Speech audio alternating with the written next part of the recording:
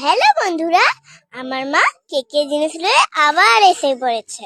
তো দেখো ফ্রেন্ডস, দেখো এদিকে কি কি আছে। এটা হলো ডল বাটি। যদি কারো ডলের কেক লাগে তো অবশ্যই আমাকে কমেন্টে জানিও।